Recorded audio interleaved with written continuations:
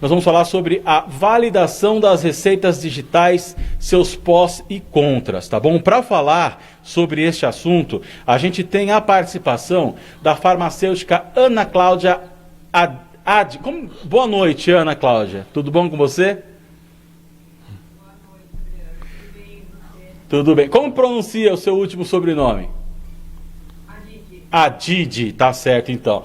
Queremos, antes de mais nada, agradecer a sua participação, por você ter aceito o convite para participar aqui dessa edição do Giro da Noite, falando sobre esse assunto, tá bom? Obrigada, Adriano.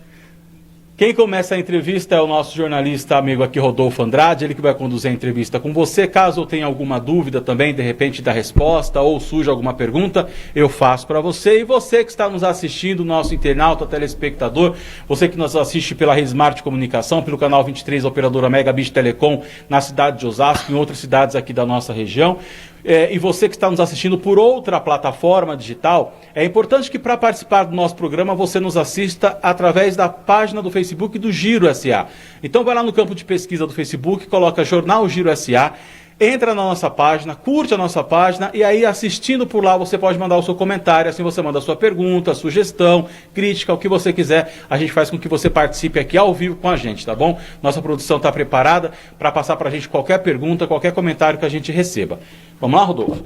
Ana, boa noite, seja bem-vinda a mais uma edição do Giroplay. Noite. Ana, explica para o nosso telespectador o que é essa receita eletrônica. Receita eletrônica é uma receita de forma digital, né? Então, o paciente pode receber por SMS ou por meios eletrônicos ou por e-mail essa receita do médico.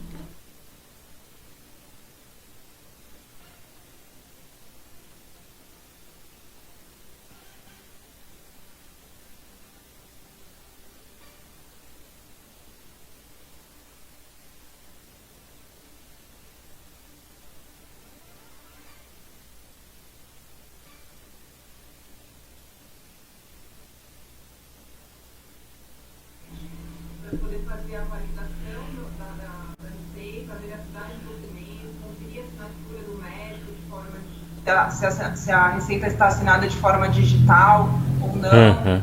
Tem todo um caminho que o farmacêutico precisa seguir para a conferência desse documento, né, dessa prescrição eletrônica. Ana, por exemplo, essa receita ela é mais, hoje ela acompanha mais o paciente que teve uma consulta por telemedicina ou aquele paciente que vai numa unidade hospitalar já pega a receita digital? Rodolfo, tanto faz, pode ser utilizada das duas formas, tanto presencialmente, se o médico ele já tem um acesso a uma plataforma digital para prescrição eletrônica ou por telemedicina. Então, o paciente faz a consulta pela telemedicina e o médico faz o envio da prescrição eletrônica para o paciente. Então, pode ser feito das duas modalidades. E também, essa prescrição eletrônica, se o paciente estiver diretamente com o médico, pode ser entregue para o paciente de forma impressa. Também isso não tem nenhum problema, né? Então, tem todas essas formas para prescrição eletrônica. Essa receita que tem remédios que são controlados, né, os antibióticos, enfim, eles têm todo um protocolo a ser seguido pela unidade farmacêutica. Como é que funciona nesse caso da receita digital? Ela segue os mesmos trâmites? Isso, a prescrição eletrônica para medicamentos controlados e medicamentos antimicrobianos, eles têm que estar de acordo com as regulamentações, né? Então, no caso dos controlados, de acordo com a portaria 344 e os antimicrobianos de acordo com a RDC 20. Então, o documento precisa estar preenchido de forma que atenda à regulamentação e, para esses casos, precisa estar assinado digitalmente pelo médico. Então, assim que o farmacêutico recebe essa prescrição eletrônica, ele faz toda a validação dessas informações, estando de acordo com todas as informações da legislação, da regulamentação e assinatura digital, o farmacêutico faz a dispensação do medicamento. Porém, nós temos alguns medicamentos da portaria 344 que ainda não podem ser dispensados da forma eletrônica, né? Eles precisam ainda da notificação de receita. Tá? Então, tem uma exceção para esses medicamentos. Ana, nós sabemos que nesse momento é um momento que muitas pessoas são alvos de fake news, enfim, saem desesperadas para se automedicarem tentando prevenir esse vírus, que nós sabemos que ainda não há um medicamento nem para o tratamento de fato que seja eficiente, nem para evitar, né, o vírus.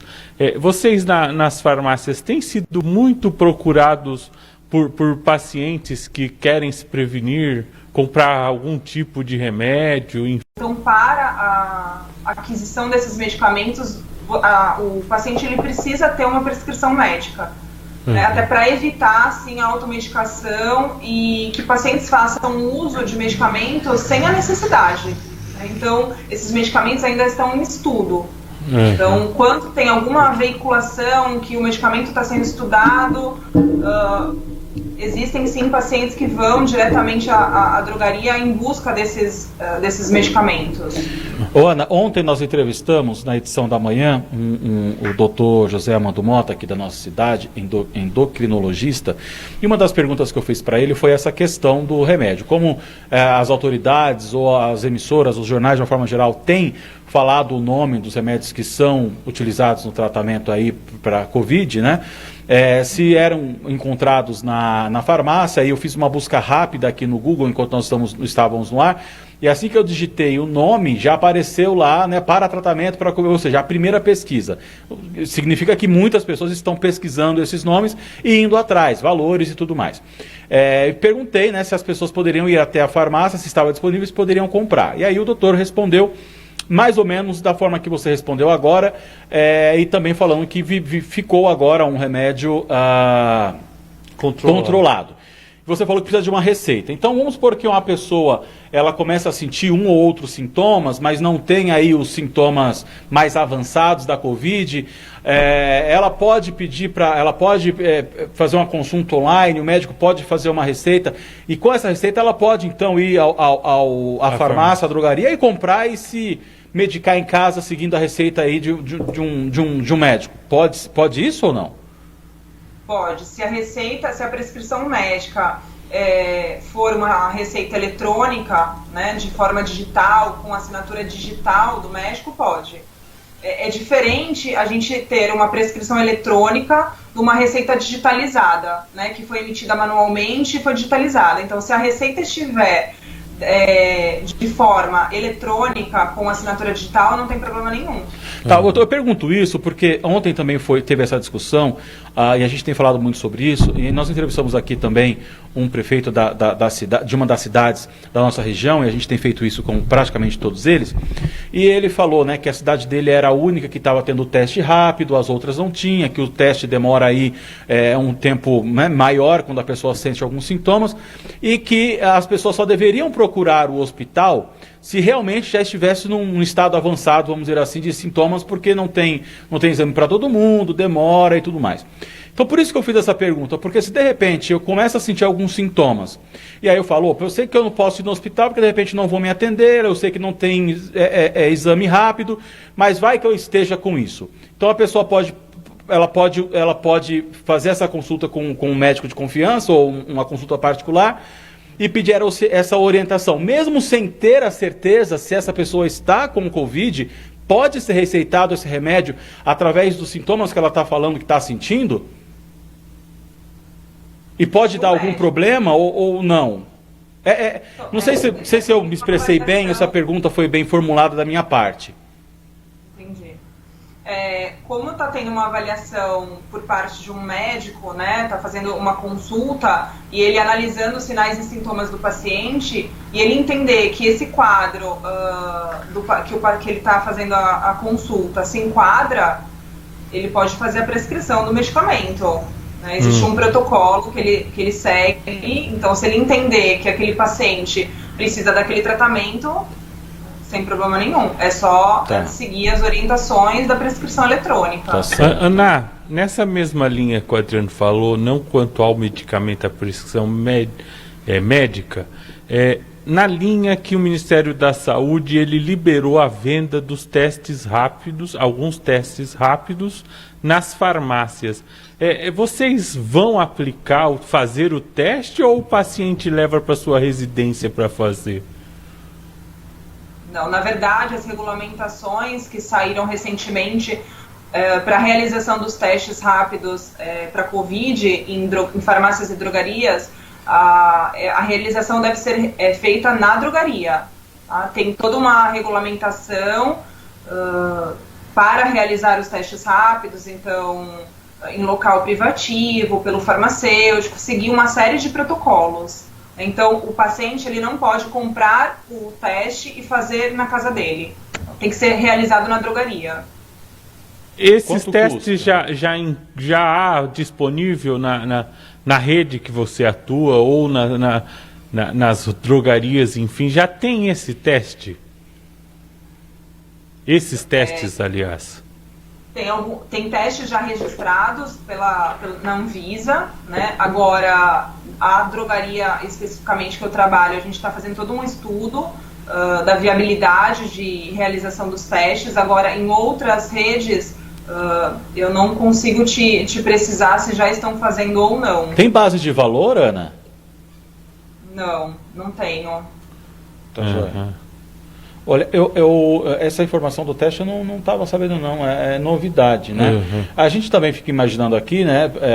Óbvio que a procura vai ser grande. A gente estava falando aqui agora sobre a questão do medicamento, se a pessoa pode se passar por uma consulta e buscar o medicamento caso ela esteja sentindo alguns sintomas para não ir até a rede pública.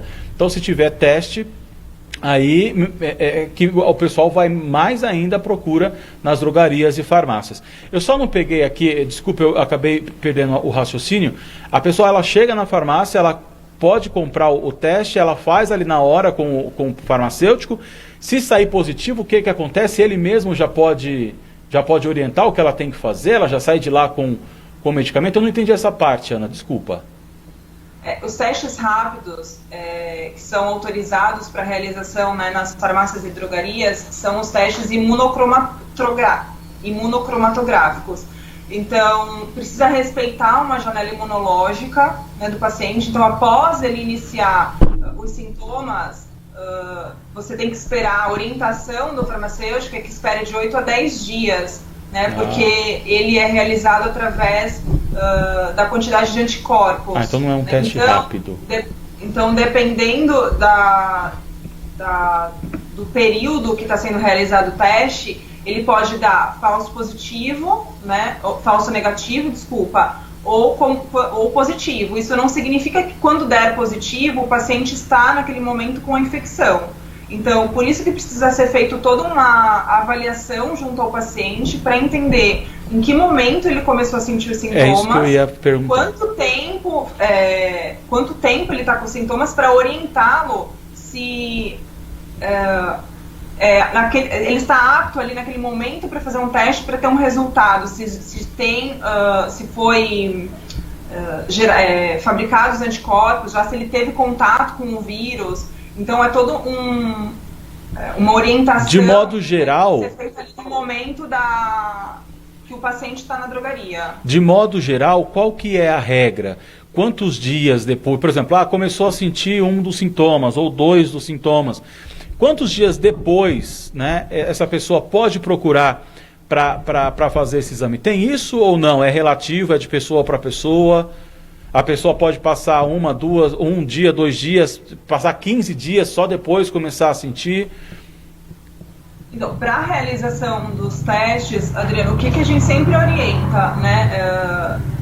Para a realização do teste rápido, precisa estar respeitando essa janela imunológica para ter um resultado do teste, né? Se teve contato ou não com o vírus. Mas a gente precisa entender quais são os sintomas do paciente, né? Se ele é um paciente crônico, se ele é acima de 60 anos, se ele está apresentando sintomas que ele precise procurar uma unidade hospitalar, uma unidade básica, não vamos realizar ali o teste, a gente tem que encaminhar o paciente diretamente para a unidade hospitalar, para que ele seja atendido, né, e tenha todo um protocolo ali de atendimento, se precisar ser internado, enfim, ou medicado, então o médico precisa fazer todo esse acompanhamento. Ô, Ana, esses testes de farmácia que nós estamos falando aqui, como que eles entram, e se eles entram, como é feito isso na estatística do governo, de pessoas que fizeram teste, que foi acusado positivo, negativo, esse controle está sendo feito? Sim, todos os testes que forem realizados em farmácias e drogarias vão precisar ser informados, independente do resultado, se é positivo ou negativo, vai precisar sim informar a vigilância sanitária epidemiológica do local, né, do município, para que seja informado para o Ministério da Saúde, para que tenha esse controle. Tá certo. Essa estatística, né? Tá certo. Ana, tem alguma informação a mais que deva ser passado, alguma orientação que você gostaria de passar? Eu acho que a gente foi bastante esclarecedor, né, na entrevista, na questão da prescrição eletrônica. Eu acho que a prescrição eletrônica, né, veio para agregar, incentivar inovações, né, que promovam a melhoria da saúde do nosso país. Então, para que as pessoas tenham acesso também aos tratamentos e tragam uma segurança para o paciente. Então, eu acho que é bastante inovador e, enfim, eu acho que foi bastante esclarecedor a entrevista. Tá certo. A gente quer agradecer demais a sua participação. Muito obrigado, tá bom? Esperamos contar novamente com a sua entrevista, caso a gente precise esclarecer algumas dúvidas. E como a gente sempre fala aqui para os nossos convidados, caso você tenha também alguma novidade, alguma informação, entre em contato com a nossa equipe, com a equipe que te procurou, nosso produtor ou produtora, para que a gente possa voltar até a sua participação aqui e esclarecer ainda mais quem está nos assistindo, tá bom? Isso, agradecer a Ana Cláudia Didi, que ela é do Núcleo Farmacêutico da Poupa Farma. Agradecer a empresa pela disponibilidade de tê-la aqui conosco. Obrigado, Ana. Obrigado à empresa aí, obrigado, Ana. Obrigada, Adriana, obrigada, Rodolfo. Uma boa noite para vocês. Obrigado. Boa noite, bom descanso.